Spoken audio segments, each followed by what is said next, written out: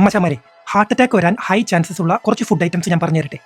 Number 1 trans fat, അതായത് നമ്മുടെ bakery items ആണ്. കേക്ക് വരാം, പേസ്ട്രീസ് വരാം, കുക്കീസ് വരാം, പിന്നെ നമ്മുടെ നാട്ടിൽ കിട്ടുന്ന വറുത്തതും പൊരിച്ചതുമായിട്ടുള്ള എല്ലാ ഐറ്റംസും ഇതിൽ പെടുന്നതാണ്. നമ്പർ 2 ഫ്രൈഡ് ഫുഡ്സ് ആണ്. ഫോർ എക്സാമ്പിൾ ഫ്രഞ്ച് ഫ്രൈസ് വരാം, ഫ്രൈഡ് ചിക്കൻ വരാം.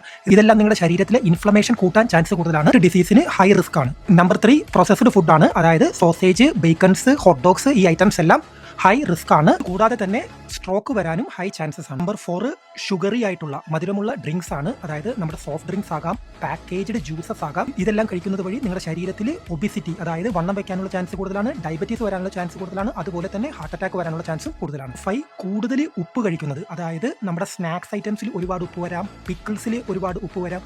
ഇതുവഴി നിങ്ങളുടെ ശരീരത്തിൽ ഹൈ ബ്ലഡ് പ്രഷർ വരാനും അത് ഹാർട്ട് അറ്റാക്കിലോട്ട് ലീഡ് ചെയ്യാനും ചാൻസ് കൂടുതലാണ്. ഇനി വരുന്നത് ഫാസ്റ്റ് ഫുഡാണ്. ബർഗർ, പിസ്സ, ഫ്രൈസ്, ഇങ്ങനത്തെ ഐറ്റംസ് എല്ലാം കഴിച്ചു കഴിഞ്ഞാൽ ഈ combo of salt, fat, sugar ആണ്. ഇതെല്ലാം ഹാർട്ട് അറ്റാക്കിലോട്ട് ലീഡ് ചെയ്യാൻ ചാൻസ് കൂടുതലാണ്. ഒരുപാട് മദ്യപിക്കുകയാണെങ്കിൽ നിങ്ങളുടെ ഹാർട്ടിന്റെ മസിൽസ് വീക്ക് ചെയ്യാൻ ചാൻസ് ഉണ്ട്. അതുവഴി അത് ഹാർട്ട് അറ്റാക്കിലോട്ട് ലീഡ് ചെയ്യില്ല. നിങ്ങൾ അവോയ്ഡ് ചെയ്യുകയോ അല്ലെങ്കിൽ ലിമിറ്റഡ് ക്വാണ്ടിറ്റീസിൽ യൂസ് ചെയ്യുകയോ ചെയ്യുക. കണ്ടിന്യൂസ് ആയിട്ട് കഴിക്കുമ്പോഴാണ് അത് സ്ലോ ആയിട്ട് ഹാർട്ട് അറ്റാക്കിലോട്ട് വരുന്നത്. വല്ലപ്പോഴും ഒക്കെ കഴിക്കുന്നതിൽ യാതൊരു പ്രോബ്ലവും ഇല്ല.